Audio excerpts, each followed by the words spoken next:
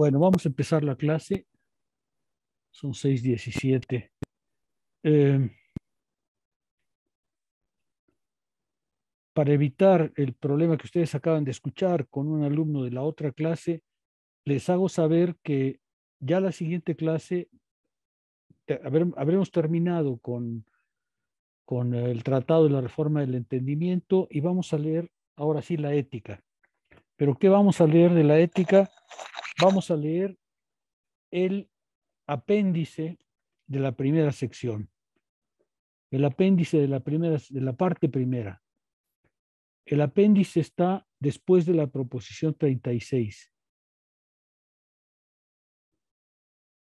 El apéndice es una parte muy conocida de la ética, pero creo que por la línea que he decidido seguir en este curso, en la que estamos discutiendo cuestiones de conocimiento y de imaginación, pues es una parte que corresponde antes de entrar a la parte del alma. Les decía la ocasión anterior que en este curso va a ser un poco sorprendente porque no me voy a detener tanto en la primera parte, en el de Dios, sino más bien en la segunda parte, en el de mente, y luego en la tercera parte sobre los afectos. ¿Por qué? Porque en realidad me interesa dar una imagen de Spinoza más, más cercana a la vida, más cercana a los intereses vitales de cada uno, y no tanto discutir sobre la sustancia, y es que es muy interesante, pero quizá no deja ver en Spinoza enteramente actual como yo quisiera. Entonces la próxima clase leeremos el apéndice como antecedente, que es en realidad un antecedente a la parte 2 al de mente, ¿ok? El apéndice es relativamente largo, así que por lo menos nos llevará una sesión por lo bajo, por lo bajo. A lo mejor nos lleva un poco más, pero por lo menos una sesión sí nos lleva. ¿Sí les queda claro? ¿En qué proposición mencionó que se encontraba, doctor? Perdón. Después de la proposición 36, en la primera parte, Spinoza introduce algo que llama apéndice. Ok. Después de la proposición 36. No es una proposición, es una suerte de corolario, que ya explicaré por qué, pero son con 4 o 5 páginas, pero muy interesantes, creo yo. Sobre todo en la línea que he decidido seguir, que es este vínculo de el conocimiento y la imaginación. Bueno, ahora sí, vamos a empezar. ¿Qué vimos la clase pasada? Eh, voluntarios. Pues como tal pudimos ver a lo largo de de la sesión pasada, las conciencias finitas, ¿no? Y también que parte fundamental del proceso de alcanzar la verdad tiene que pasar por el error, que es algo que sí o sí se tiene que dar y no es algo que quizás se ve en otras filosofías como Descartes o en algunas otras, ¿no? Sino que el error es parte del proceso para alcanzar la verdad. Y no es más que una verdad mutilada o una verdad inadecuada, una idea inadecuada, perdón, o una idea mutilada. Eso es lo que va a caracterizar a Spinoza como el error. Y también me parece que empezamos a ver un poco sobre lo compuesto de la mente, ¿no? En cuanto que está compuesta por pasividad y actividad y que esto se conforma con lo que ya comentaba anteriormente. Gracias, Rodrigo. Por ahí va el camino. Fernando, Sí, buenas tardes, doctor. buenas tardes. Eh, Nada más para redondear un poco sobre lo que dijo mi compañero, es justamente que ya al final de lo que comentaba en esta cuestión de actividad y pasividad, se refleja esas dos características en el pensamiento al ser nosotros seres finitos. Y es por eso que el error es una parte importante dentro de nuestro proceso del pensamiento. El hecho de ser seres finitos nos da la posibilidad de equivocarnos, pero también de comprender por qué nos equivocamos y ver cómo estas dos partes de verdad y de error no están separadas en nuestra potencia de pensar, sino que es, digamos que una diferenciación como en la cuestión de la sistematización del pensamiento y pues creo que eso es lo que podría redondear un poco acerca de lo que estábamos viendo la clase pasada. También vimos acerca de las ideas mutiladas o las ideas inadecuadas, que son ideas que no están en una relación con su propio concepto. Entonces aquí se nota ya el por qué no encajan de acuerdo a la sistematización o la concatenación correcta del orden del pensamiento. Y pues sí, creo que eso es lo que podía agregar en cuanto a la actividad y la pasividad, pues entenderlo como movimiento o reposo de la inteligencia, ¿no? En cuanto al orden del pensamiento. Bien, gracias, Fernando. ¿Alguien más? Porque dijimos muchas cosas, me parece interesantes. Pregunta, ¿cuál es la diferencia en la concepción del error entre Descartes y Spinoza, en la que nos detuvimos un tramo la ocasión anterior? Ángel. Bueno, yo tuve que salir temprano ese día, bueno, por problemas de internet, pero sí alcancé a escuchar esa parte de Descartes Spinoza, ¿no? Descartes atribuye el error a esta libertad humana, ¿no? Realmente el error en Descartes radica en la libertad humana, en el arbitrio humano, pero cuando se rompen las leyes de Dios, ¿no? Leyes impuestas por Dios. No es como que el pensamiento vaya a romper algo por su propia libertad en ese entonces, en lo que propone Descartes. Y Spinoza hace como una compensación del error, ¿no? Dice que ya no es el error ya no tiene que pasar por algo divino, sino que pasa por la misma voluntad del hombre, por la misma capacidad de comprender del hombre. El error forma parte del proceso para alcanzar la verdad, para formar ideas verdaderas, pero que no toda idea es verdadera. Puede ser una idea mutilada, como decían mis compañeros. Eso es lo que yo podía rescatar de esta comparación. ¿Y qué significa? Tienes razón, Ángel, pero ¿qué significa eso desde el punto de vista, digamos, epistemológico? ¿Qué conclusión retirarían ustedes de esta diferencia que establece Spinoza? Hicimos varias consideraciones en ese sentido. Por ejemplo, decíamos, el hecho de que nos equivoquemos no quiere decir que estamos condenados a vivir en el error, ¿no? El error es parte del pensamiento, pero eso no quiere decir o no debe retirarse de ahí la conclusión errónea y apresurada de que puesto que el hombre se equivoca, está condenado a equivocarse. Puesto que no somos capaces de decir solo verdades intemporales, entonces no tenemos la posibilidad de alcanzar la verdad. ¿Qué dirían de eso? Fíjense, Spinoza decíamos una de las clases anteriores, muy anteriores, Spinoza lo que quiere retomar, hacer suyo, es el movimiento efectivo del pensar humano. Es decir, Spinoza no quiere ponerle al pensamiento, en el plano del conocimiento, una suerte de camisola de fuerza o de estructura a priori o de estructura preconcebida de cómo debería actuar en el ámbito del conocer el pensamiento humano, la mente humana.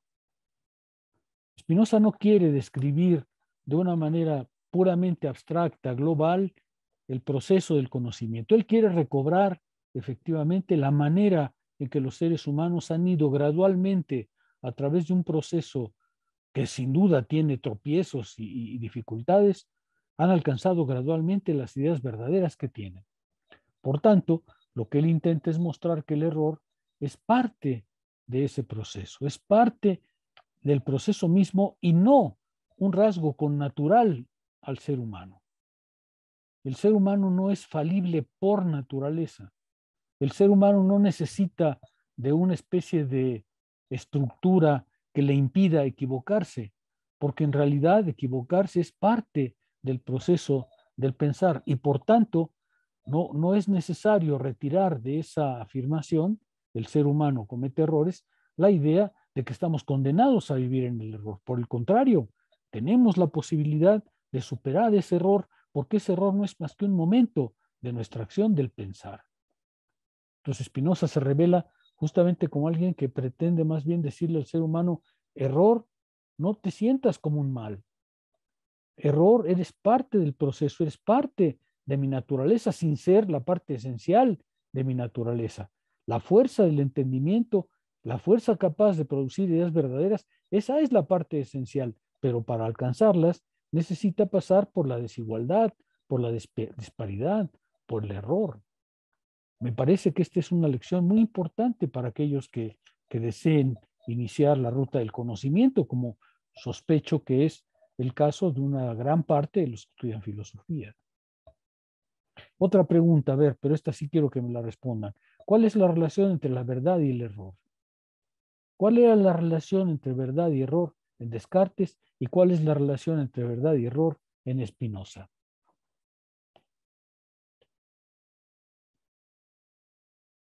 Fernando.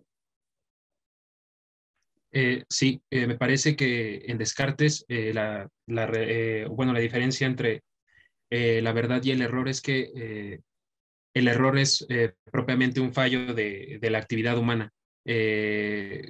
Nosotros tenemos como una finalidad que es seguir la propia esencia de Dios, el propio mandato de Dios. Y si nosotros nos equivocamos, cargamos con este error como parte de nuestra actividad, que a su vez es parte de nuestra libertad, pero se complica en el hecho de que esa propia libertad es seguir, o esa libertad se consuma siguiendo pues digamos que el mandato de Dios, ¿no?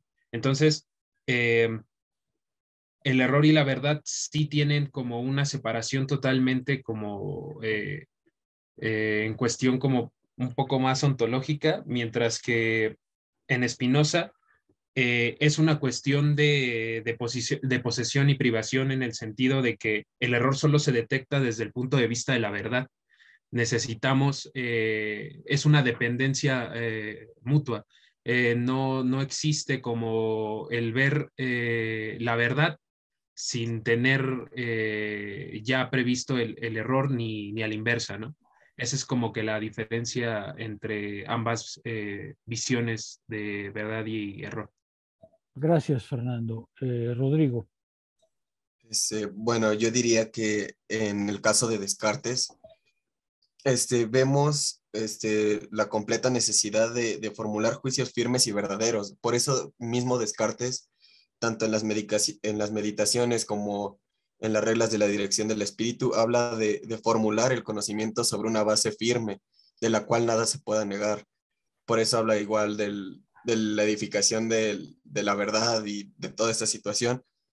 Caso contrario al de Spinoza, ¿no? Como ya bien lo comentaba Fernando, en Spinoza vemos el error como una parte que no se puede quitar, no se puede aislar.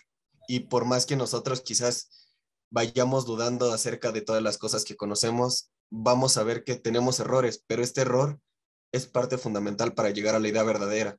Y porque esta idea verdadera a la vez la podemos confrontar o podemos saber que es verdadera tal cual, porque podemos encontrar errores de los cuales sobreponernos. Estas ideas mutiladas que a la vez nos llevan o nos acercan hacia el camino de la verdad. Y como ya lo comentaba, en el caso de Descartes es totalmente opuesto. Él ve el error únicamente como algo en lo cual nunca se va a poder asentar la verdad y pues no va a haber nunca conocimiento.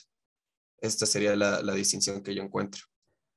Tienen razón, pero quizá formule mal la pregunta. ¿Por qué dice Spinoza que la verdad es índice de sí misma e índice del error. ¿Qué quiere decir con eso? Héctor. Sí, justamente el error es bueno, se tiene una idea y la verdad es una idea, pero lo que tenemos por error es una idea parcial, no está captando completamente la totalidad y es apenas un paso o es algo previo que permitiría posterior y alcanzar lo que es la verdad, pero en este caso el error pues es algo que va unido a lo que es la verdad o pertenece así. Simplemente cuando nos equivocamos se puede decir que no estamos viendo todo, todo en sí, toda la idea en general. Sí, pero hay algo que no escucho como respuesta, Héctor, que es justamente por qué la verdad es índice de sí misma y también índice del error. ¿Qué quiere decir Spinoza con eso? Ay, por favor, rásquenme un poco a eso. Lo que está diciendo Spinoza es que el error no se detecta por sí mismo. Para comprender que algo es un error, requerimos de la verdad y no a la inversa. No necesitamos del error para conocer la verdad, necesitamos en el proceso del conocimiento. Pero en cambio, una vez que alcanzamos la verdad, podemos reconocer las ideas que teníamos previamente como errores, en el sentido de que una vez que alcanzamos la verdad, podemos saber por qué no sabíamos, qué era lo que no sabíamos, de qué manera no sabíamos, cuáles eran las preguntas inadecuadas por las cuales no sabíamos. Una vez que se alcanza la verdad, dice Spinoza, la verdad es índice de sí misma, porque no requiere ninguna garantía exterior, porque la verdad se dice a sí misma en el proceso de producción de lo verdadero, mientras que por el contrario, el error es un ser mutilado, incompleto, que descubre su mutilación, que revela su limitación justo en el momento en que aparece la verdad. La verdad revela el error, porque la verdad, que es una idea completamente consciente de sí, muestra que las ideas previas no eran completamente conscientes de sí, pero no lo sabían.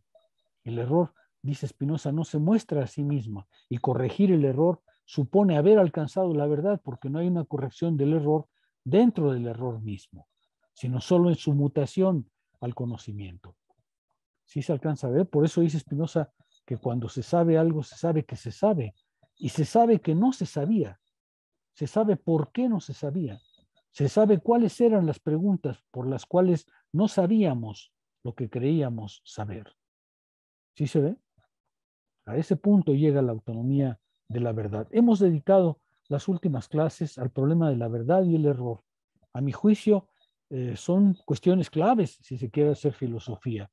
Eh, por eso espero que resulte interesante, porque eh, siguiendo prácticamente casi cualquier autor, la verdad es el tema central de la filosofía. Si no se tiene claro la idea de verdad, difícilmente se va a avanzar en filosofías específicas. Bueno, hasta ahí llegamos la ocasión anterior. Esta vez vamos a terminar, les decía, los últimos parágrafos del Tratado de la Reforma del Entendimiento y me voy a detener particularmente en el parágrafo 108 para que me vayan respondiendo las cuestiones que ahí Spinoza va planteando. Vayan por favor al apartado 85. Sí. No, es el apartado. No, sí, es el apartado 85.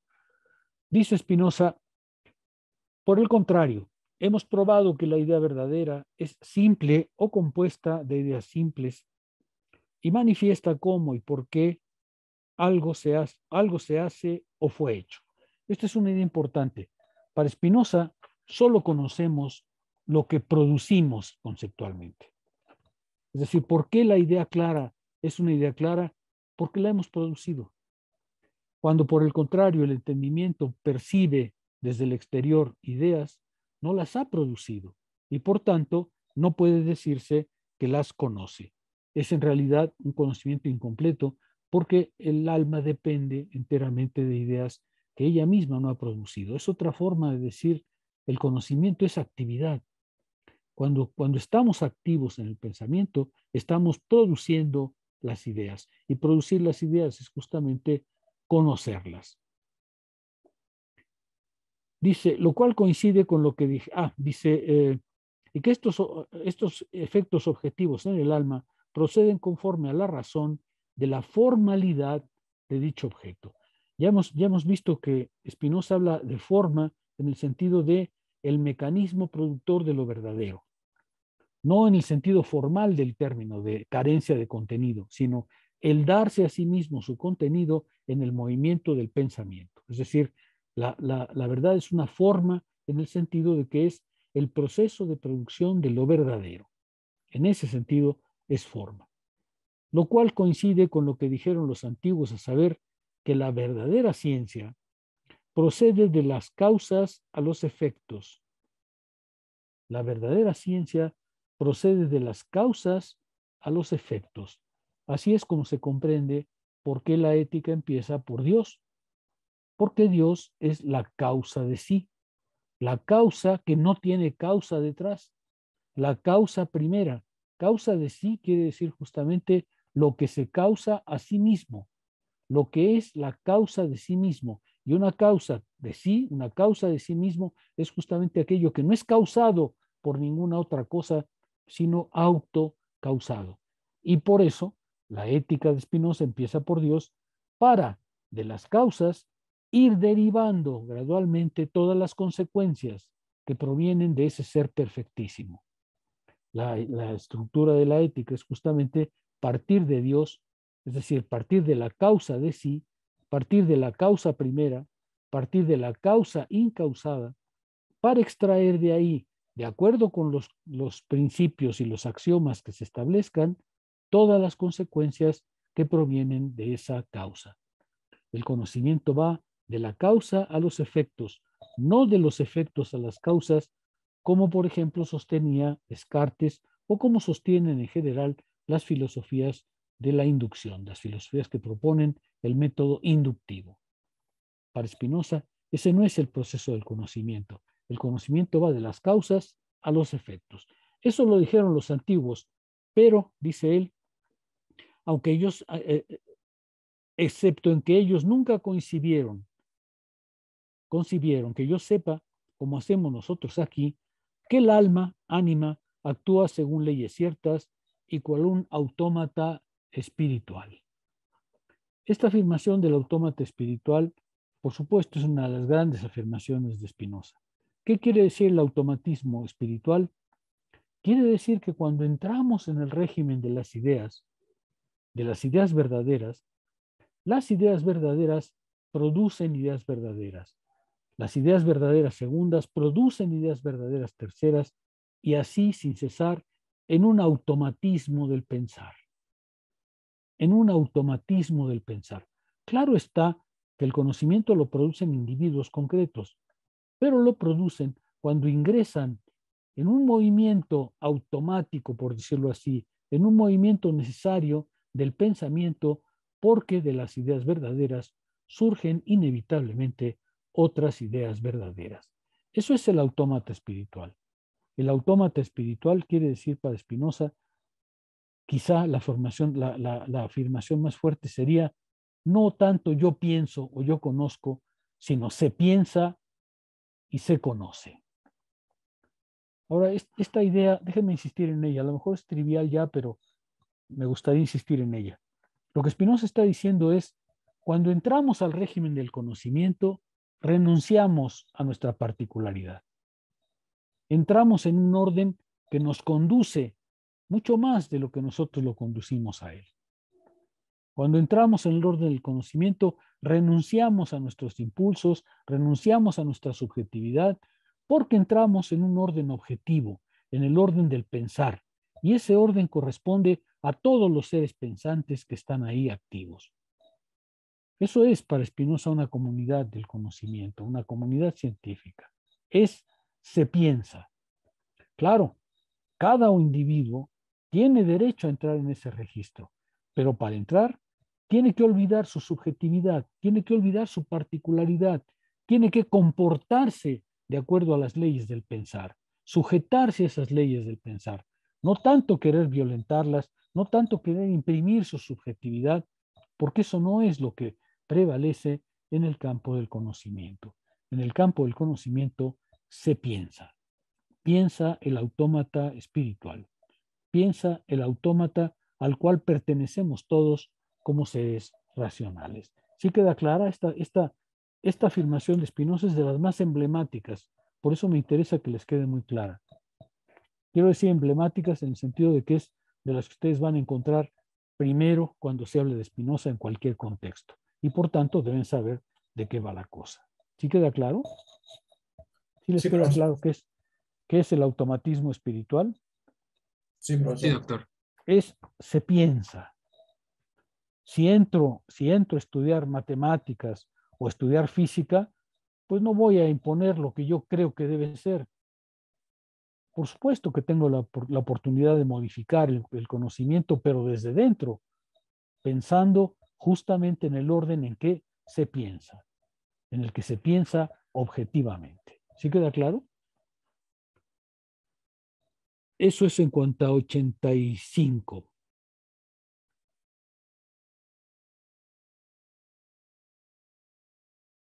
85 lo vamos a pasar muy rápido para poder avanzar en esta clase. Dice, de ahí que en la medida en que fue posible el conocimiento, hemos adquirido cierto conocimiento de nuestro entendimiento y una norma tal de la idea verdadera que ya no tememos confundirlo, a tal punto que ya no tenemos que confundir lo verdadero con lo falso o con lo ficticio. Pero hemos también, dice en ese apartado, separado dos cosas que son muy importantes. Por un lado, el conocimiento o el intelecto, y por otro lado, la imaginación o el orden de lo confuso. Y aquí me voy a detener un poco porque la imaginación es justamente uno de los aportes de Spinoza muy importantes que indica justamente el contraste con el conocimiento, con el entendimiento y que resulta fundamental. Dice Spinoza en el 86 al final, hemos constatado en efecto que aquellas operaciones de las que surgen las imaginaciones, la idea falsa, la idea ficticia, la idea dudosa, se realizan según leyes totalmente distintas de las leyes del entendimiento. Totalmente distintas de las leyes del entendimiento. Para Spinoza es muy importante distinguir entre entendimiento e imaginación. Las dos son formas del pensamiento, pero obedecen, dice Spinoza, a leyes totalmente distintas. Por eso es que es muy importante comprender la imaginación, cómo se forma la imaginación y cómo funciona el entendimiento. Todo lo que hemos venido leyendo ha sido el intento por separar las ideas verdaderas, es decir, el entendimiento activo, de las ficciones o de la imaginación, es decir, del entendimiento pasivo. Todo lo que hemos venido haciendo ha consistido justamente en establecer claramente esa separación. Ambas son formas del pensar y eso va a ser muy importante. El pensamiento produce las dos cosas. El ser humano produce las dos cosas, pero estas dos cosas obedecen a leyes distintas. Unas son las leyes de la imaginación, otras son las leyes del entendimiento. Estas últimas conducen a la verdad, las otras conducen a ideas confusas. Y todo nuestro problema es justamente cómo pasar de las formas confusas al conocimiento. Dice, las operaciones de las que surgen las imaginaciones se realizan según leyes totalmente distintas de las leyes del entendimiento y que el alma, respecto a la imaginación, solo reviste un carácter pasivo. Eso es lo que hemos aprendido. Hay dos órdenes del pensar, la imaginación por una parte, el entendimiento por el otro. El entendimiento, en su movimiento de autómata espiritual, produce ideas verdaderas, produce conocimiento. Por el contrario, el pensamiento en su pasividad vive solamente bajo el régimen de la imaginación, vive bajo el régimen de las ideas confusas. Me voy a detener un poco ahorita al rato en este tema de la imaginación, porque es el que nos va a servir de preámbulo para pasar al apéndice. Ahí Spinoza nos va a explicar justamente por qué los seres humanos viven inevitablemente en su origen, en sus primeros balbuceos, bajo el reino de la imaginación. Porque es importante, dice 87, de donde resulta también cuán fácilmente pueden caer en errores quienes no han distinguido con esmero entre imaginación e intelecto. A ver, déjenme avanzar un poco esto para hacerlo más activo, más aprehensible. ¿Por qué es necesario distinguir entre la imaginación y el entendimiento? Porque la imaginación es el régimen de las ideas pasivas, de las ideas recibidas, de las ideas no conocidas. El entendimiento es, por el contrario, el régimen de producción de la idea verdadera o de las ideas verdaderas a través del entendimiento. Aquel que vive bajo la imaginación vive necesariamente bajo ideas confusas, distorsionadas, mutiladas. Para salir de ese régimen, para poder escapar al régimen de la imaginación, es necesario el conocimiento, porque ya vimos que la imaginación, como el error, no se dejan conocer por sí mismos. Hay que pasar a la verdad, hay que pasar al conocimiento para saber que antes no conocíamos. Es decir, lo que Spinoza está diciendo es, la actividad natural de las conciencias es vivir bajo la imaginación, pero de esa manera viven no siendo libres, viven dependiendo de ideas de otra parte, viven dependiendo de cosas que no pueden comprender porque no las han producido. De manera que si vamos a intentar pasar de la imaginación al conocimiento, es porque es una empresa de liberación. Insisto en este término, de liberación, de libertad. Es recobrar a través del conocimiento la libertad que no tiene la imaginación, porque la imaginación es el régimen de las ideas recibidas, pasivas y confusas. Si Spinoza quiere fundar una filosofía de la liberación, de la libertad, de la verdadera libertad humana, pues entonces tiene que afirmar que hay un orden que nos separa por completo del orden confuso, del orden pasivo, del orden de las ideas recibidas. Todo esto que estamos haciendo es epistemología en cierto modo, es teoría del conocimiento si se quiere, pero lo es con un fin ético, con un fin individual político. Se trata de liberarse del estado de dependencia en que los coloca la imaginación, liberarse del estado de dependencia en que nos colocan las ideas que simplemente recibimos y que no hemos podido comprender del todo. Es pues una empresa de liberación, es una empresa de libertad. Decíamos que la filosofía de Spinoza es justamente eso, una filosofía de la verdadera libertad a través del conocimiento, es decir, de la liberación del estado de confusión, del estado de ideas mutiladas, del estado de dependencia, del estado de ideas recibidas, que es característico de la imaginación. Por eso esta separación entre imaginación y entendimiento es muy importante. ¿Sí queda claro? Me detengo para ver si estoy siendo claro. ¿Sí? Sí, profesor. Respondan, por favor. Sí, Sí, profesor. doctor, a mí me queda claro. Bueno, me voy a detener un momento en la imaginación. Déjenme buscar mis notas para contarles qué es la imaginación. ¿Cómo ve Spinoza la imaginación? Sí, aquí vamos a hablar un poco sobre la imaginación, traído de algunos comentaristas, como lo hago siempre, ¿eh? Yo no estoy improvisando cosas aquí de Spinoza, sino transmitiendo conocimiento de Spinoza. Para Spinoza, y esto es muy importante, la imaginación no es, como lo será para el romanticismo y en cierto modo también para nuestro tiempo. Para Spinoza la imaginación no es una potencia creativa, Nosotros en general decimos hoy, aquel que es imaginativo, pues es muy creativo, ¿no? Tiene así como muchas ideas, como muchísimas ideas, porque la imaginación le permite tener muchísimas ideas. Pero para Spinoza la imaginación no es ese orden creativo, y menos aún la potencia creativa por excelencia, como tiende a pensar el romanticismo o como tendemos a pensar aún nosotros. Para Spinoza, por el contrario, la imaginación es sobre todo pasividad. Y como pasividad que es, como el conjunto de ideas que recibimos desde fuera, la imaginación está dominada por el azar y la contingencia, por lo que oímos, por lo que escuchamos, por lo que nos cuentan, por lo que vivimos, por lo que nos convencen, ¿no es cierto?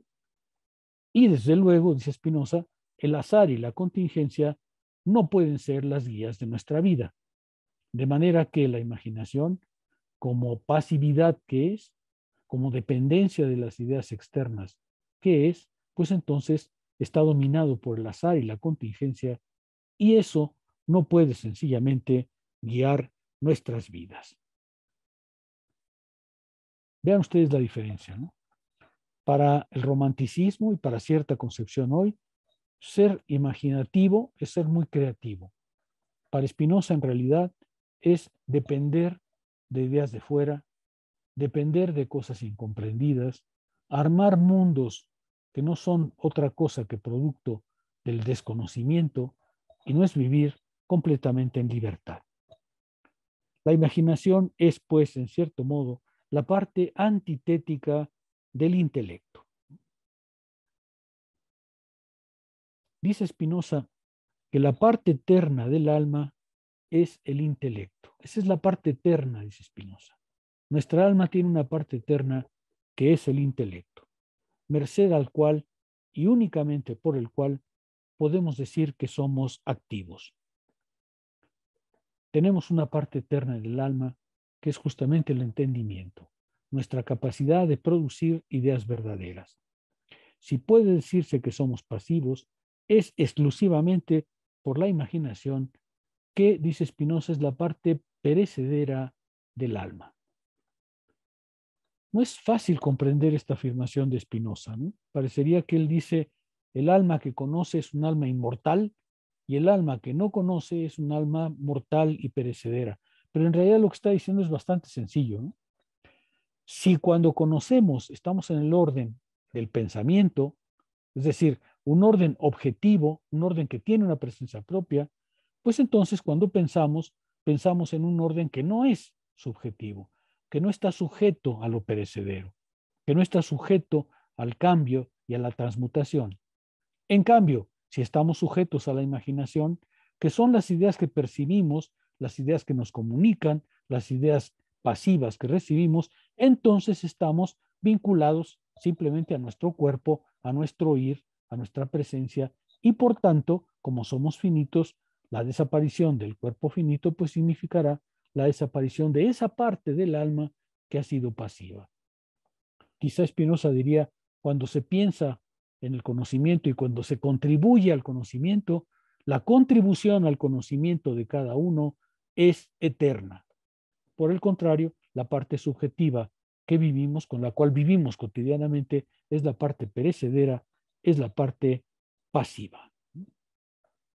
O dicho de otra manera, las ideas de la imaginación no tienen como causa adecuada el alma. No tienen como causa adecuada el alma. ¿Se acuerdan que decía, tenemos ideas que nos comunican, que nos dicen, que escuchamos de oídas o que simplemente creemos? Esas no son producidas por nuestra alma, son recibidas pasivamente por nuestra alma. Y eso es exactamente la imaginación.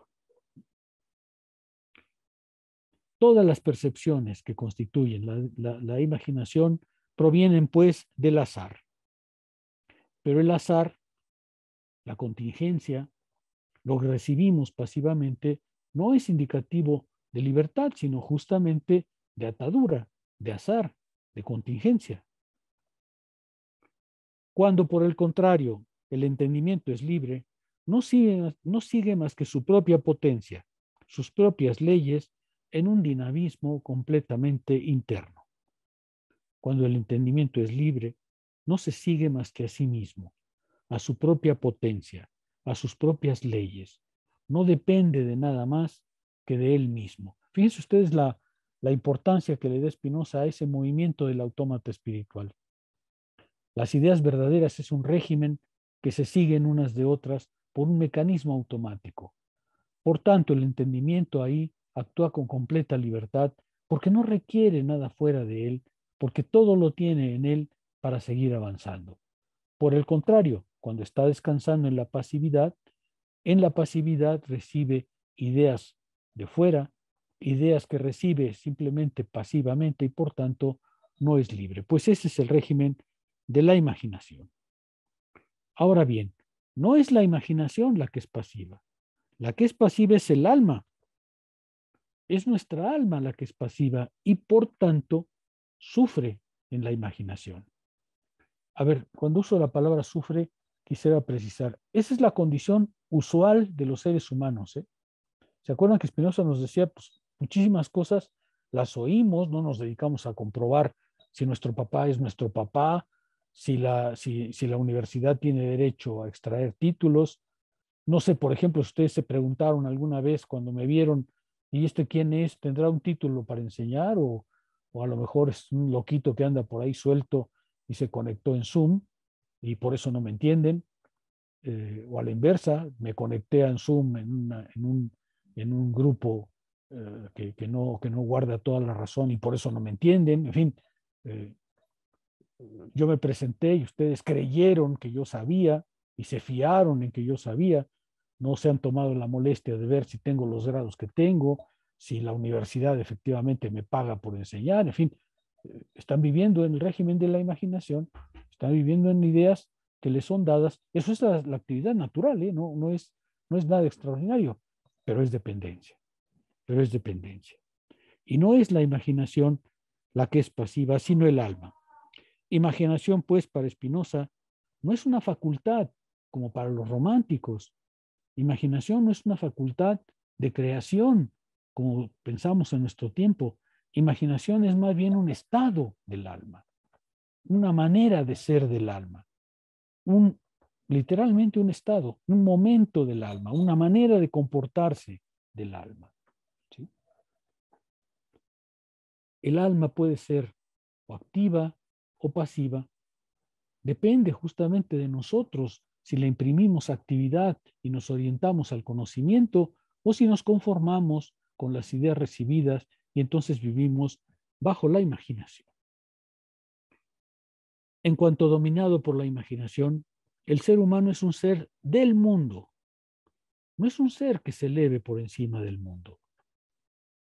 Dominado por la imaginación, el ser humano está en el mundo, recibiendo las percepciones, recibiendo los impactos, recibiendo las sensaciones que el mundo le provee, pero no se eleva por encima del mundo, no se coloca más allá del mundo.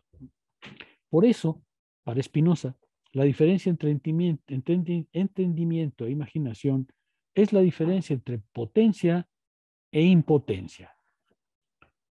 Esto déjenme explicar un poco más. Y por eso me interesa entrar en la parte tercera de los afectos.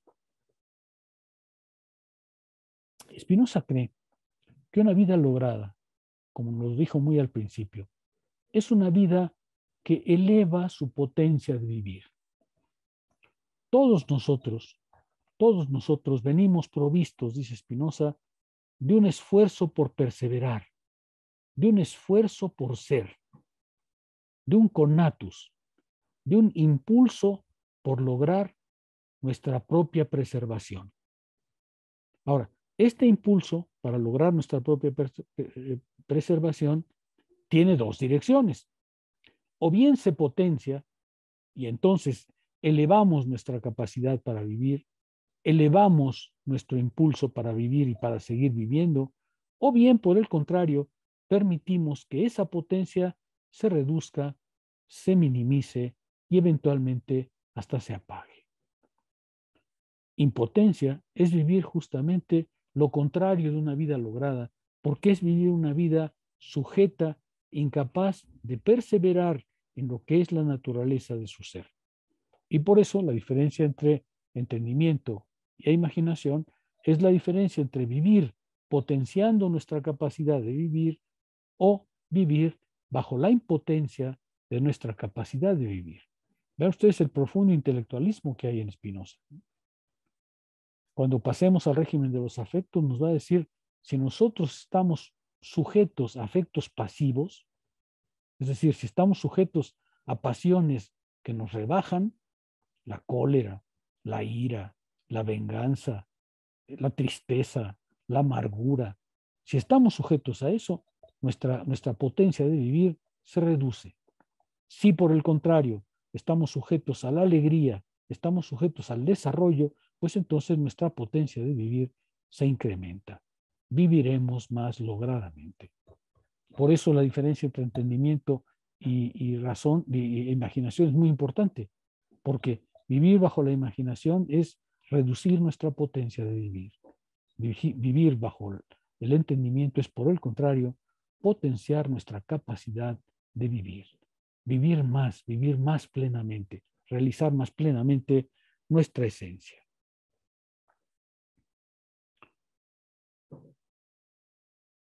La potencia o la virtud no es sino vivir bajo el imperio del entendimiento, de la razón, ser activo, elevar la potencia propia. La impotencia, en cambio, es cuando el ser humano soporta ser conducido por causas externas y se permite hacer solo lo que le exige el orden común de las cosas y no sigue su propia naturaleza. Esta oposición es, pues, existencial para Spinoza. Uno diría, bueno, la diferencia entre entendimiento e imaginación es epistemológica. No, es ética. Es literal, también es fisiológica, pero sobre todo es ética. ¿Cómo queremos vivir nuestra vida? ¿Cómo queremos vivir nuestra existencia? ¿Dominados por causas externas, haciendo lo que el orden común de las cosas nos pide? ¿O bien potenciando nuestra capacidad de vivir, elevando nuestra capacidad de ser, realizándonos más plenamente? Esa es la diferencia entre vivir bajo el entendimiento y vivir bajo la razón. No es casual que Spinoza sea el gran racionalista del 17. Ahora bien, lo usual es que los seres humanos ni sueñen con intentar escapar a este condicionamiento, a este sometimiento a lo exterior. Ni lo sueñan. Eso es lo que vamos a ver justamente en el apéndice. Dice Spinoza, es que los seres humanos que viven bajo la imaginación ni les pasa por la cabeza salir de ese estado. Están bien ahí, simplemente viven así. Y no es fácil convencerlos de que pasen a un estado diferente. ¿Por qué? Porque ni por la imaginación ni por el orden del pensamiento se les pasa la idea de abandonar ese régimen de pasividad que son las ideas recibidas. Sin conocer la naturaleza de las cosas, sin conocer la naturaleza de las cosas, el individuo entregado a la imaginación cree, por el contrario, arbitrariamente, que es la fuente de sus actos. Veremos que este es uno de los grandes peligros para Spinoza. Para Spinoza, cada conciencia que vive bajo el régimen de la imaginación tiene la idea falsa de que él es el responsable de los actos que produce. Es porque no se da cuenta que él mismo está determinado por un mundo, que él es en realidad resultado de causas que él mismo no causó. La idea de que cada uno es actor y libre por sí mismo, para Spinoza es una ilusión que proviene justamente de la imaginación. Pero es porque el individuo no se da cuenta de que en realidad lo que piensa, lo que actúa, lo que vive, lo que le gusta o le disgusta, todo ello ha sido puesto ahí por un contexto y que él no ha hecho más que recibir pasivamente lo que el contexto le ha dado. Y por eso persigue la riqueza y por eso persigue la vanagloria y por eso persigue todos esos fines que Spinoza describió desde el principio como fines que no merecen la pena, porque son fines o bien imposibles de alcanzar con la felicidad o bien que someten al sujeto para siempre. Estoy tratando de darle más dimensión ética a esta parte para que vean que no estamos solo discutiendo de temas epistemológicos, sino de temas que deben guiar la existencia, según Spinoza. Lo usual es que el hombre que vive bajo la imaginación ni en sueños trate de alejarse de ahí. Es la situación de la conciencia común, tal como la ve Spinoza, ¿no? La gente vive la situación que le da su contexto, la gente vive de las ideas recibidas, ni sueña en escapar de eso, y sin embargo se forma la idea ilusoria de que en realidad él decide lo que está queriendo, lo que está pensando o lo que está persiguiendo. La libertad no está ahí, la libertad está en otra parte, dice Spinoza.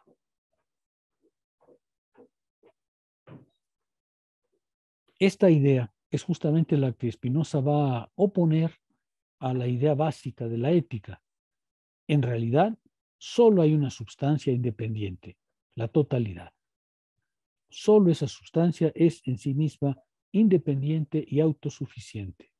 Y los seres finitos que somos nosotros somos modos, es decir, formas que pertenecen a la sustancia, ciertamente, pero que ocupan el lugar de seres no sustanciales ellos mismos, sino seres insertos en ese movimiento global que es la naturaleza de Dios o la naturaleza de todas las cosas. El hombre, dominado por la imaginación, conoce la naturaleza, pero la conoce como algo fragmentada.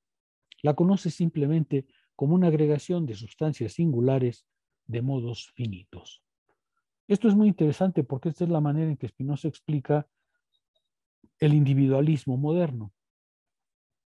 Lo que nosotros vemos como conciencias que viven la imaginación es una naturaleza, pero fragmentada. Es una naturaleza parcializada. Yo soy y tú eres también. Y el otro es también. Y el otro es también. Y lo único que nos une es ese también, porque en realidad cada uno nos sentimos independientes, libres y autónomos. Y si formamos una comunidad, es una comunidad de diferentes. ¿Por qué? Porque dice Spinoza, nos sentimos cada uno una sustancia, nos sentimos cada uno autosuficientes. Pero esa no es la verdad.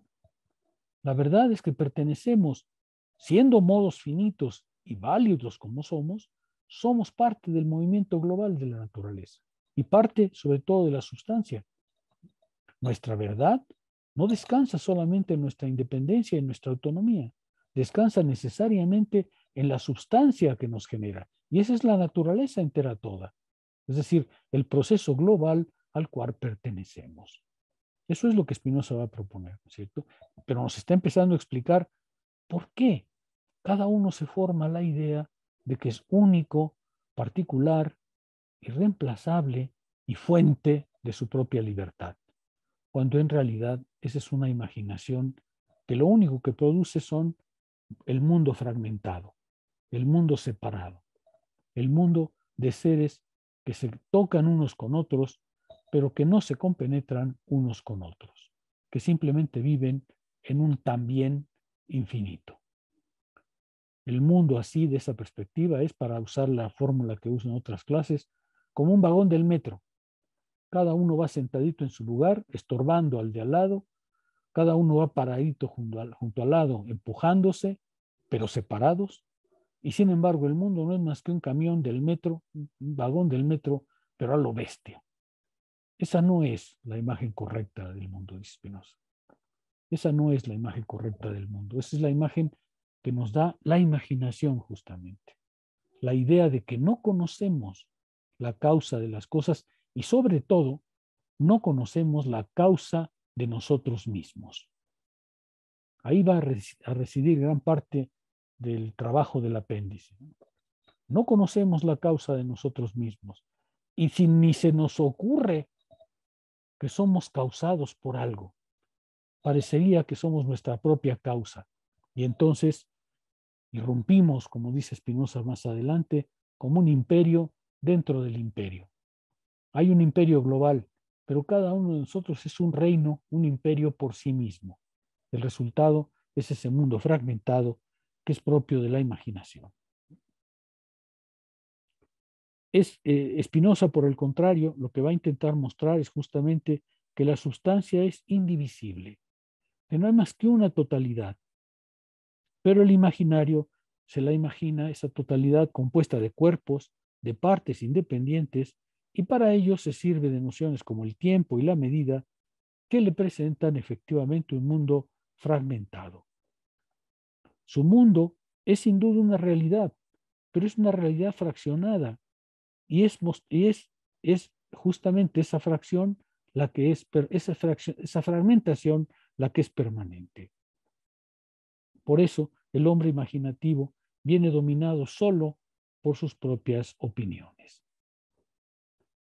Spinoza nos va a hacer una imagen muy simpática porque va a decir, es que claro, como cada uno se siente un imperio en sí mismo, como no conoce la causa que lo ha causado, pues se cree la causa de sí y entonces se eleva a substancia. Pero elevándose como substancia, cree que él funda sus propias opiniones, que él tiene sus propias opiniones, cuando en realidad no se da cuenta que no está haciendo más que repetir lo que otros han puesto en él, sin poder producir por él mismo su propia verdad. Me detengo un momento porque esto me parece interesante y empieza a dibujar una dimensión más ética de Spinoza. Aunque vamos a seguir hablando de la verdad y de la mente. ¿Algún comentario en este punto? ¿Preguntas? ¿Qué le sugiere todo esto? Fernando. Pues creo que lo que más puedo yo sacar de esto es que justamente Spinoza no nos está dando simplemente cuestiones epistémicas de manera como enteramente formal, sino que nos está mostrando pues justo como usted dice, el valor ético que tienen esas propias nociones epistémicas, ¿no? Creo que aquí sí le está dando duro a filosofías como la de Hume, por ejemplo, que justamente tienen a la razón como pues una mera descubridora de relaciones causales del mundo y realmente no ocupa como un lugar, digamos, específico, importante dentro de la valoración moral, ¿no? Sino como un mero encaminador para el sentimiento moral, para las pasiones.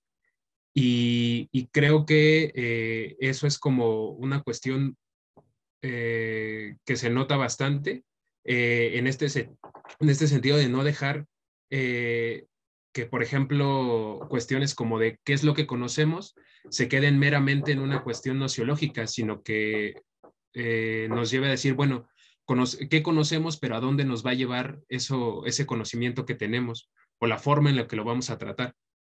Al ser nosotros quien interactuamos directamente con el mundo, hay en esta acción humana, en la acción del pensamiento, pues una cuestión ética también, ¿no? Y reúne como que por un lado a lo mejor la mayoría de personas piensan que la epistemología es como el núcleo del actuar filosófico, y por otro lado hay gente que piensa que es la ética, que es el círculo. Creo que Spinoza te está dando la respuesta de que pues es que no es que estén separados, sino que radican en el mismo punto y dependen de sí como muy intrínsecamente. No se queda uno atrás de otro, sino que valora el conocimiento y estas cuestiones racionales y epistemológicas, al ser acciones humanas y ser como parte de nuestra cultura, llevan una valoración ética intrínseca, eh, puesto a lo que vamos a hacer con ese conocimiento. Entonces, pues no sé, creo que sí me es bastante fructífero como todo esto que estamos hablando, porque sobre todo en la cuestión moral es difícil, ¿no? Poder juntar estas dos partes de, digamos que el conocimiento puro frente al conocimiento práctico, y creo que Spinoza lo está haciendo como de una manera muy, muy irracional, y justamente pues poniéndolo en práctica, ¿no? Dándote los ejemplos y te está diciendo, pues es que ahí está todo, ¿no? No es una cuestión como de imaginar las cosas o pensar que somos entes aislados, sino que es una cuestión global y tú mismo puedes descubrirla o tú mismo puedes visualizarla. Y así es. Tienes razón. Spinoza se podía quizá resumir abstractamente, por supuesto, pero conocer para vivir mejor. Vivir mejor requiere conocer. No se puede vivir mejor si no hay ese esfuerzo por conocer. No hay manera de elegir una vida correcta si no se conoce el mundo de las cosas y si no se conoce el mundo de uno mismo, el mundo que lo ha causado a uno mismo. Esa es la apuesta espinosista, ¿no? El conocimiento no es un régimen distinto a la existencia. La existencia no es otra cosa para Spinoza y para estas filosofías en general que la existencia comprendida, la existencia inteligible, la existencia que vale la pena ser vivida porque se comprende a sí misma. Eso es lo que Spinoza está proponiendo. ¿Qué le sugiere a los demás? Intervengan los demás, por favor. A mí me parecen nociones muy, muy importantes, pero me gustaría conocer su punto de vista. No quisiera agarrar involuntarios, pero si es necesario. Pues no sé, doctor. A mí en lo particular me parece una filosofía muy interesante, completamente. Y ese quizás, como ya lo apuntaba Fernando, a partir de una teoría del entendimiento te explica lo que conlleva la libertad, porque muchas veces puede ser que entendamos la libertad como libertinaje. Y yo creo que en este caso con Spinoza podemos entender en gran parte lo que implica la libertad y por qué debemos escogerla de cierta forma, no como una imposición, sino como una elección para poder conocer, una manera de nosotros querer un vivir bien, ¿no? Muchas veces el no conocer nos trae comodidad. Sin embargo, esa comodidad no quiere decir que sea una libertad o un buen vivir, simplemente es comodidad del individuo por la imaginación. En este caso lo vemos con Spinoza de esta forma, ¿no? La imaginación que nos otorga la comodidad y a la vez creemos que es un buen vivir. Y plasmamos nuestra vida quizás en cosas banales, cosas muchas veces sin sentido. Y a través de esta epistemología que nos presenta Spinoza podemos constatar la otra parte, ¿no? Quizás habrá diversos puntos de opinión, ¿no? Habrá quien compagine con Spinoza, habrá quien no, pero desde mi punto de vista, esta filosofía nos está presentando una idea, inclusive yo podría decir linda, ¿no? De lo que representa la libertad y lo que nos corresponde a nosotros como individuos para acercarnos a ella. Interesante, Rodrigo, gracias. ¿Alguien más? Tengo la impresión de que en este curso no he permitido hablar mucho a los alumnos, por eso prefiero que intervengan un poco. Tengo la impresión de que ha sido un curso más, más monólogo de mi parte, lo que no está bien. Pues, Pero hablando de mi comentario, que muy pequeño, yo creo, me impresiona en lo personal la complejidad de la ética de Spinoza, ¿no? Ya, porque como usted nos decía hace rato, y creo que se verá mejor, más adelante cuando leamos el texto, lo natural, como usted dice, en el ser humano es vivir en la imaginación, ¿no? Salir de la imaginación estaría yendo en contra de lo que para él le es cómodo. Realmente me impresiona el esfuerzo que tendría que implicar seguir una ética espinosista, si lo que usted dice es tal cual. Es lo que yo puedo rescatar, esa complejidad que impone, ¿no? Porque al final, si realmente queremos llegar a conocer la idea verdadera, tendremos que salir de la imaginación, pero tendríamos que salir de un estado de confort, por así decirlo, de un estado de pasividad, un estado donde te sientes cómodo y donde te sientes libre, aunque no lo seas, porque es una libertad falsa. Nos pinta una libertad falsa como individualmente, porque vemos fragmentada la vida, pero que si llegamos a salir los beneficios y las recompensas de vivir según el intelecto, el pensamiento, serán mucho más grandes que vivir conforme a la imaginación. Es lo que yo podría rescatar. Tienes razón, Ángel, pero díganme una cosa, ¿qué no fue eso lo que los animó a estudiar filosofía? ¿Comprender?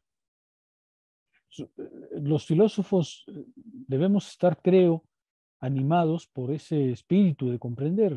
Eso debe ser consustancial a nuestra elección, ya que no vamos a tener otra suerte de satisfactores, ¿no?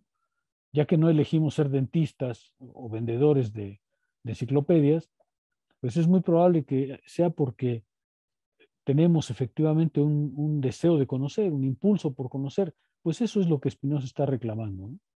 En realidad eso es lo que Spinoza está reclamando. Alfredo.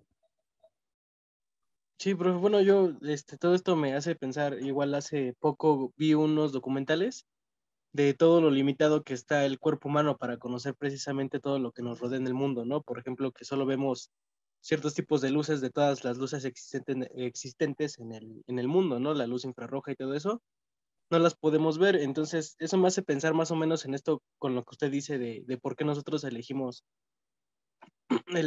estudiar filosofía.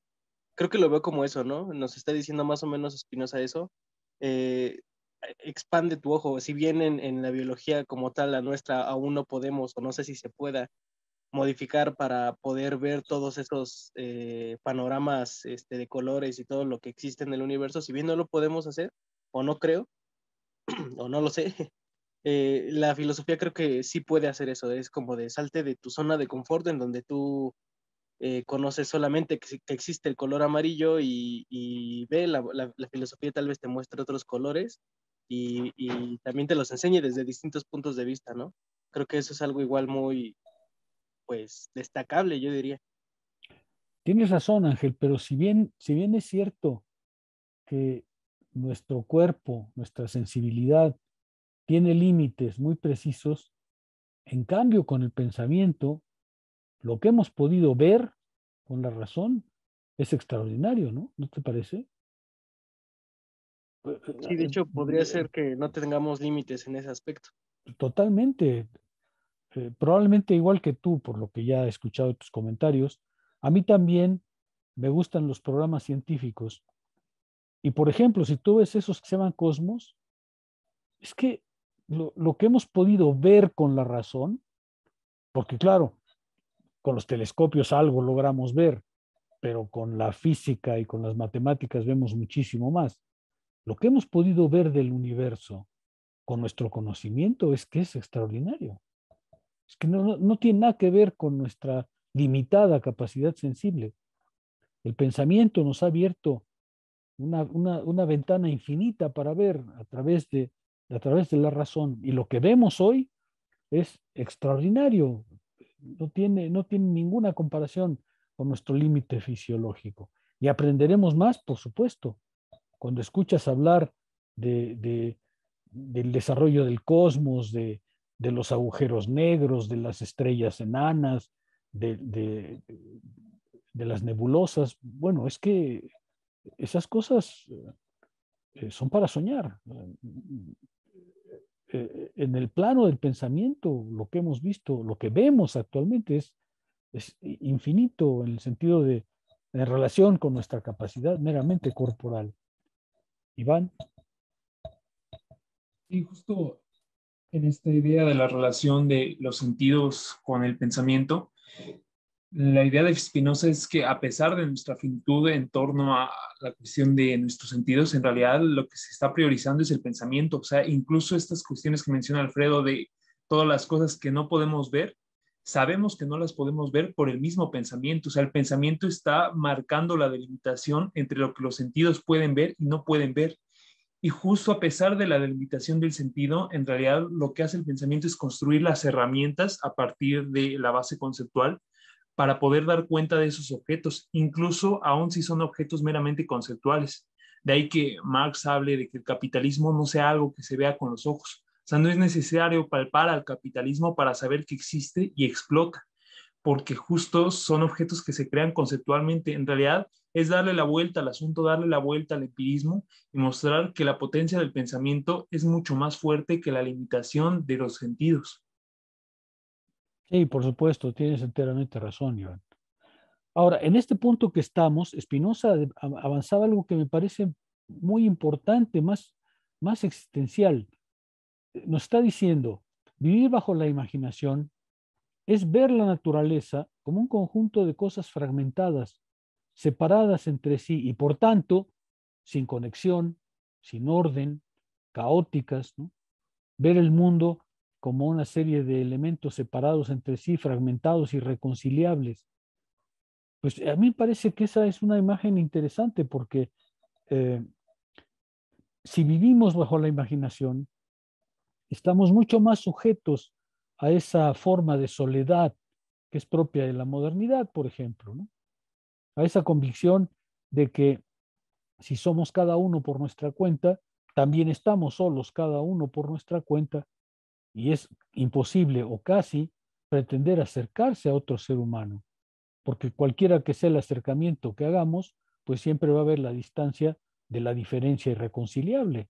Así que fingiremos estar cercanos unos a otros, pero en el fondo vivir en la imaginación es creer que no lo estamos, que jamás encontraremos a alguien o algo a lo cual podamos realmente asimilar nuestra esencia. Eso es lo que está diciendo Spinoza. Si ustedes ven la sociedad así, pues así la van a vivir. No tiene nada de extraño que viviendo bajo la imaginación vean a la sociedad como un conjunto de fuerzas hostiles, separadas, independientes, autónomas, confrontadas unas con otras y así sin cesar. Claro que el mundo tiene esa diferencia, pero no es solo esa diferencia.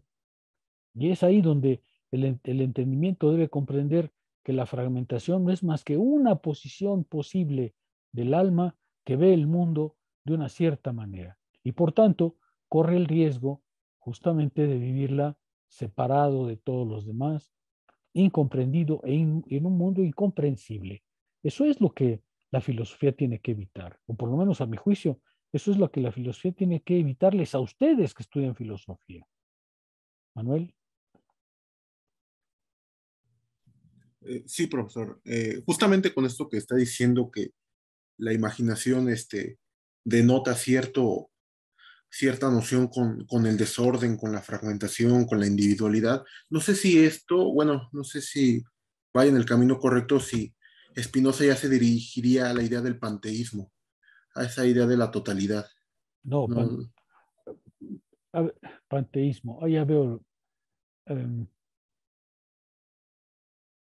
Lo que sé es que no usaría el término panteísmo, ¿no? Cuando Spinoza define a Dios como sustancia, no está diciendo, como el panteísmo, que Dios está en todas las cosas, ¿no? No. Más bien él diría, todas las cosas son Dios. No es que un Dios, una sustancia, se disperse en muchas cosas.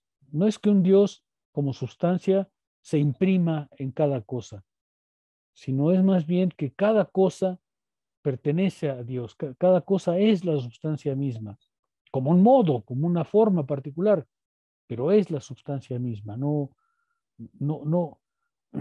la sustancia no se fragmenta, ella es una única y todo lo que existe en ella es parte de esa sustancia, es uno con la sustancia. Por supuesto, bajo la forma de modo, no somos 6.000 millones de dioses, somos 6.000 millones de modos finitos, pero todos y cada uno somos parte de la sustancia. Rodrigo. Esto que lo comenta lo pude ver en la ética, en la primera parte cuando empieza a hablar de Dios. y se nota que habla de él como causa primera y a la vez también habla de la naturaleza, ¿no? Entonces, yo entiendo, no sé aquí qué tan cierto o alejado esté, pero siento que de cierta forma habla de Dios como si fuera la naturaleza. Entonces también por eso mismo en este libro, en el Tratado de la Reforma del Entendimiento, nos habla de una necesidad que debemos de tener nosotros por entender la naturaleza, porque una vez que entendemos nosotros la naturaleza, podemos entender esta causa primera, ¿no? Y quizás dejar de ver a Dios como esa forma dogmática que tenemos impregnada de él, ¿no? Sino únicamente como una causa de la cual se desenvuelven todas las demás y pues de ello el entendimiento. Sí, así es. Tienes razón. No solamente, no solamente se aproximan Dios y la naturaleza, sino que la expresión, digamos, clásica de Spinoza es Dios o la naturaleza, o, no y, Dios o, Dios o la naturaleza, porque son idénticos, son sinónimos, son lo mismo, pues, ¿no? Para Spinoza, efectivamente, Dios no es otra cosa que la naturaleza entera, pero no, otra vez, no como la forma de que Dios estaría presente en la hoja de papel que tengo enfrente. No, no, no, no es eso. Es todas las cosas son en la sustancia. ¿Por qué? Porque pertenecen a un único movimiento de la totalidad, incluido el papel, ¿no es cierto? Que tuvo que ser inventado por los chinos y luego, en fin, todo pertenece a la naturaleza, todo pertenece al orden de la sustancia, porque en realidad todo lo que hacemos pertenece a un mismo movimiento unificado. Eso es así. Bueno, vamos a avanzar. Vamos a tratar de determinar la imaginación para dejar abierto el camino. Les voy a preguntar todavía el apartado 108, así que me voy a dar un poco de prisa. Dividir la sustancia en cuerpos, en sustancias finitas extensas, procede del esfuerzo natural de cada hombre por representarse la realidad. Es decir, procede del connatus imaginari. Claro, así es. El hombre se representa la realidad de esa manera. No es una falsedad, es simplemente una incompletitud, pero es la manera natural de ser. Y sin embargo, no es la manera correcta de ser.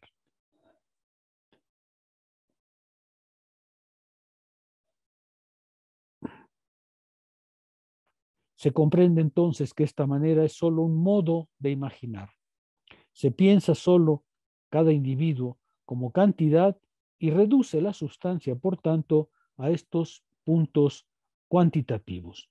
Es decir, lo propio de esta concepción, diría Spinoza y seguramente Hegel también, diría, es que dominan ahí la cantidad. 1, 2, 3, 4, 5, 6, pero claro, 1 está separado de 2, 2 está separado de 3, 3 está separado de 4, 1 y 4 están separados y así todos sin cesar.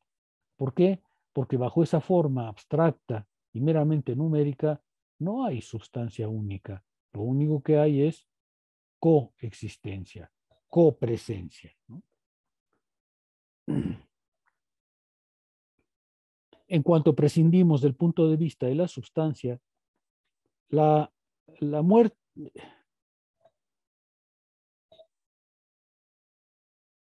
no logro comprender lo que escribí. Bueno, si cada sustancia es un imperio, las relaciones de las distintas sustancias se convierte en un misterio inexplicable.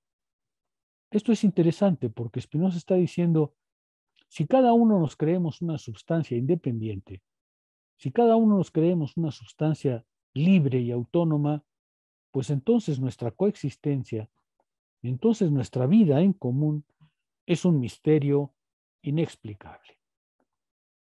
¿Cómo estamos juntos? ¿Por qué estamos juntos, además de irritarnos mutuamente y contagiarnos de COVID mutuamente? ¿Cuál es la razón de que estemos juntos? Pues aparentemente, si somos sustancias individuales, ninguna, salvo, como las teorías más ingenuas políticas, porque decidamos formar un contrato, que como si pudiéramos elegir estar juntos antes de haber sido creados juntos, ¿no? como si hubiésemos sido primero seres independientes y luego decidiéramos, por un movimiento de la voluntad, vivir juntos, aunque irritables unos contra otros. Así no es la cosa. Así no es la cosa. Así no es la vida política. Así no es la sociedad. La sociedad no es el compuesto de sustancias independientes que un día, como un gesto de la voluntad, decidieron firmar un convenio de cesión de derechos. Esa concepción está metafísicamente equivocada por completo. Los seres humanos viven juntos porque pertenecen a una sustancia única y ahí es donde se diferencian. No son primero diferencia y luego unidad. Son primero unidad y unidad en la diferencia. Eso es lo que va a decir Hegel más adelante, ¿no? Bueno, voy a hablar de la imaginación más adelante otra vez, pero por ahora lo que me interesa es concluir esta parte. Saltemos pues los apartados, no voy a detenerme mucho en estos. Quiero llegar al 108. Vayan por favor al 108 con sus textos. Dice Spinoza en el 108, sí. Por consiguiente, las propiedades del entendimiento que más he subrayado y que entiendo claramente son estas. Entonces, mi propósito es que veamos el 1 y me lo expliquen, el 2 y me lo expliquen y así. 1, que implica la certeza, esto es que sabe que las cosas son formalmente tal como están objetivamente contenidas en él. ¿Qué está diciendo Spinoza ahí? Esto es un recordatorio meramente, ¿eh? Las propiedades que más he subrayado son paz, la primera, que implica la certeza. Las propiedades del entendimiento es 1, que implica la certeza. ¿Qué quiere decir con eso? Que sabe las cosas tal. Fernando, respóndanme por favor porque vamos a usar el resto de la clase en esto para salir del tratado.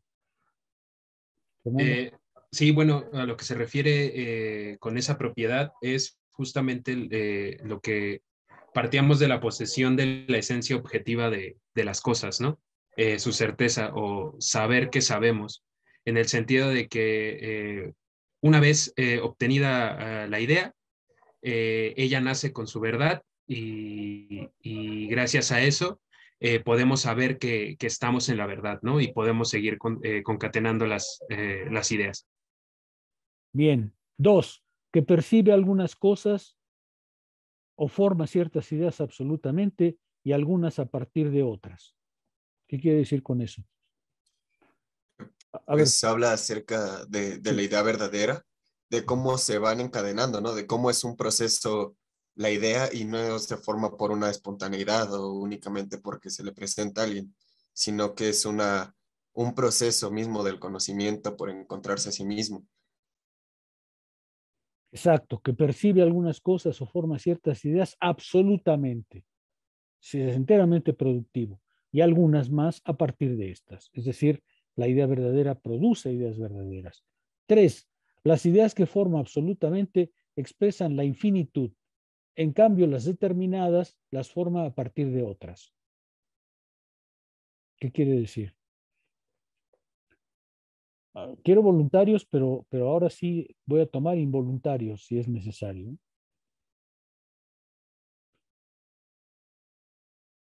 Ciania, ¿qué quiere decir 3? ¿Qué quiere decir? Las ideas que forman absolutamente expresan la infinitud. En cambio, las determinadas las forma a partir de otras. Y de hecho, bueno, le quería preguntar al final de la clase si podía explicar un poquito mejor ese parágrafo porque no me quedó muy claro. No me digas que atiné el que querías Sí, preguntarme. No, no te lo creo. No ¿En te serio? creo, no te creo, no te creo. Sencillamente. De verdad, profe, en serio. Ese y en el que viene de que forma las ideas positivas antes que las negativas. Esos dos. Bueno, entonces me vas a explicar ahorita 4 después de 3. 3. ¿Quién más? Pedro Cruz. 3. Las ideas que forma absolutamente expresan la infinitud. En cambio, las determinadas las forma a partir de otras. No, el parágrafo dice, las ideas que forma absolutamente expresan la infinitud. En cambio, las determinadas las forma a partir de otras. Bueno, bueno, lo que entiendo con las ideas determinadas a partir de otras es que, por ejemplo, la verdad es determinada en cuanto a sí misma. Entonces, no sé si tenga que ver algo con eso en cuanto a No. que las ideas pueden estar relacionadas, o sea, pueden estar por sí mismas, pero también hay algunas que están en relación con otras. En ese sentido, podría ser que estaban hablando de esa determinación tal vez de una idea a otra. No exactamente, Daniela. Fernando. En parágrafos anteriores, Spinoza habla de una cierta dicotomía entre ideas creadas e ideas increadas, por así decirlo.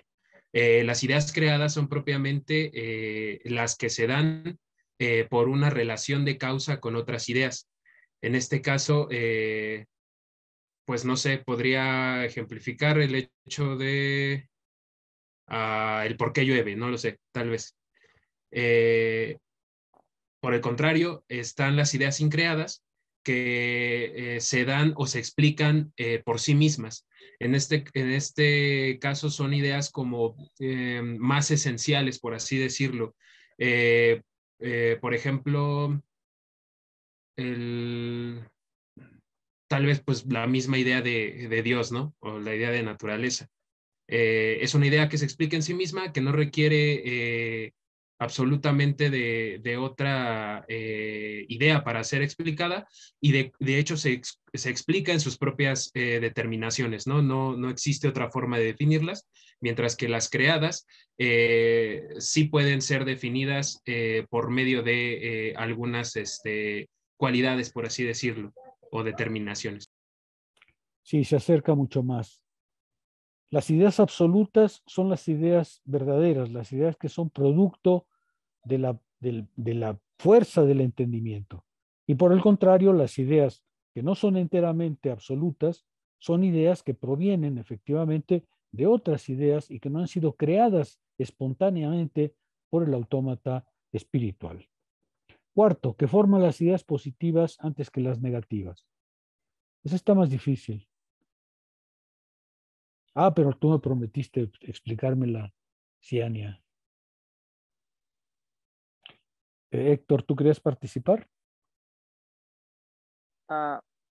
Sí, bueno, bueno, este parágrafo en lo que se remite es que primero formamos ideas positivas antes que negativas. ¿Por qué? Porque cuando generamos lo que es una idea negativa, en realidad no estamos produciendo nada de la nada. Cuando tenemos una falsa comprensión de la realidad o estamos cometiendo un error, en realidad estamos remitiéndonos siempre a ideas que ya son verdaderas y estamos intentando darle sentido a algo sin que necesariamente ello sea correcto, lo cual generará una idea inadecuada, diría Spinoza, pero en realidad pues nunca partimos de ideas, siempre partimos de lo que son ideas verdaderas o ideas positivas. En este caso, tomamos un referente e intentamos darle sentido, pero lo que terminamos generando una idea negativa pues es una idea inadecuada. Sí, Spinoza nos había dicho el problema de la negación, de las ideas negativas, es que son privación, ¿no? Y entonces privación es privación de algo, y entonces obviamente es una privación de un positivo ya dado, ¿no? Y probablemente se refiere a eso. 5, que percibe las cosas no tanto bajo la idea de duración, cuanto bajo cierta especie de eternidad y en número infinito. Producir las ideas bajo una cierta especie de eternidad y en número infinito. ¿Qué querrá decir eso?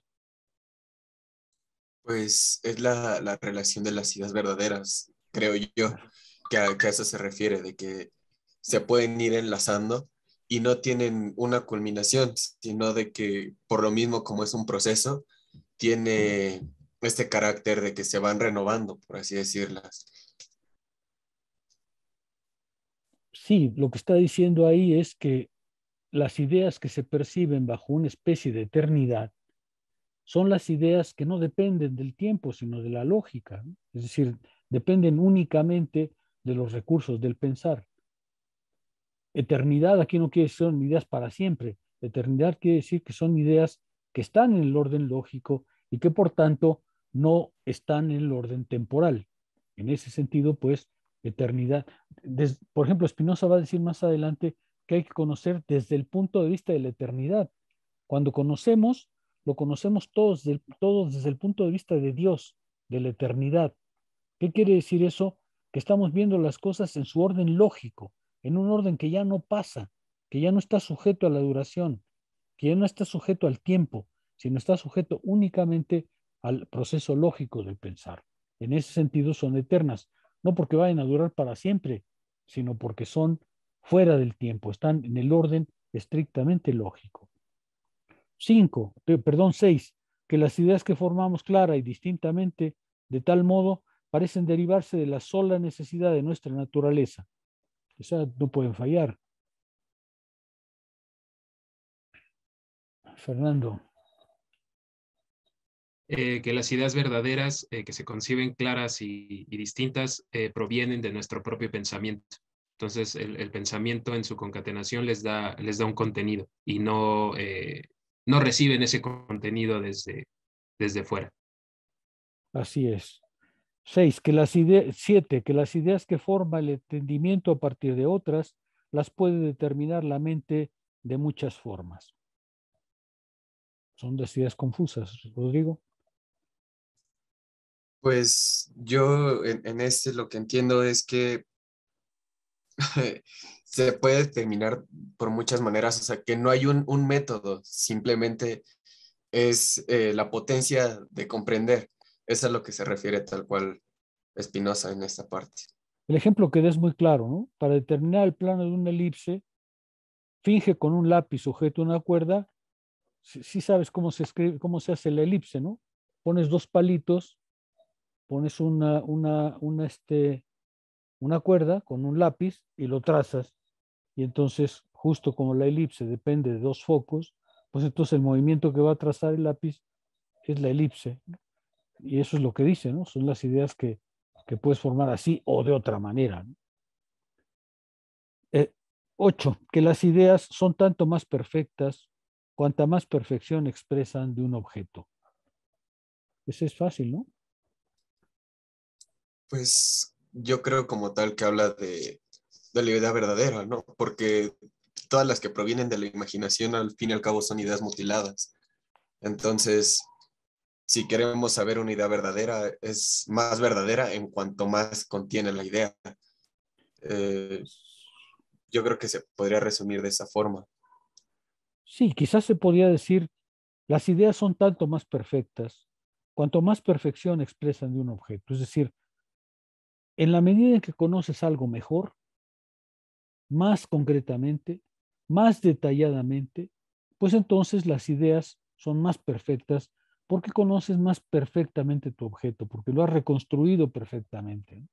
Es decir, si tú conoces algo, y lo conoces con todo detalle, en el sentido de que lo has producido por completo, y lo has producido en su forma concreta, lo has producido en la forma que tiene efectivamente, pues entonces la perfección del objeto que tú has producido conceptualmente es la misma perfección de las ideas.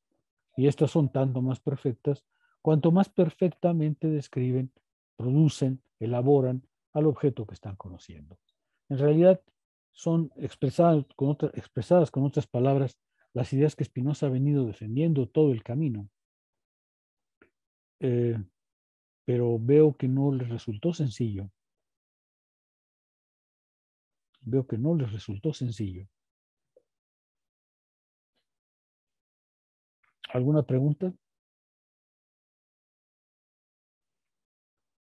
Nos quedan 6 minutos, entonces me permito recordarles que la próxima vez empezaremos ya con la ética. Abandonamos el Tratado de la Reforma del Entendimiento, que nos llevó más tiempo del que yo hubiera querido, pero abandonamos el Tratado de la Reforma del Entendimiento y nos vamos a la ética. ¿A qué parte? Al apéndice de la primera parte.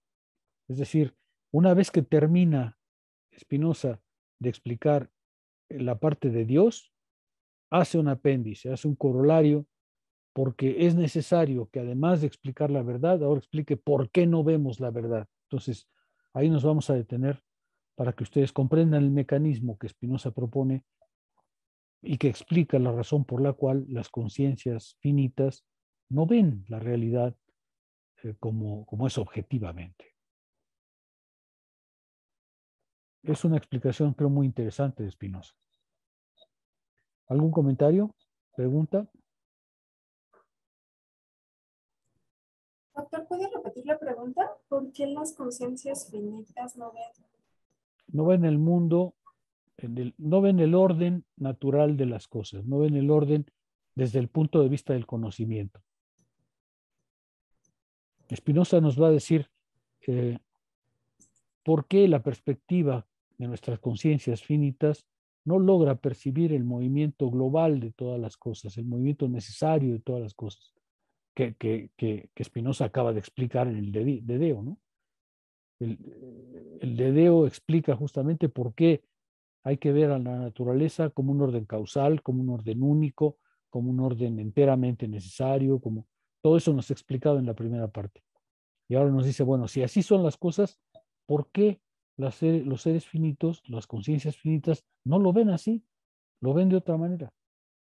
O dicho de otra manera, si lo que hemos dicho es verdad, ¿por qué las conciencias finitas no acceden de inmediato a la verdad? Eso es lo que va a explicar. ¿Sí queda un poco más claro? Sí, doctor, gracias. Bueno, ¿algún comentario adicional? Ya hablaremos un poco más de la imaginación ahora que estemos en esta parte que vamos a trabajar. ¿Ok? Sí, doctor. ¿Alguna pregunta? ¿Algo que quieran comentar, interrogar? ¿No? ¿Ninguna? Ninguna. Bueno, si les parece bien, nos veremos entonces el jueves próximo a las 6 de la tarde. ¿Ok?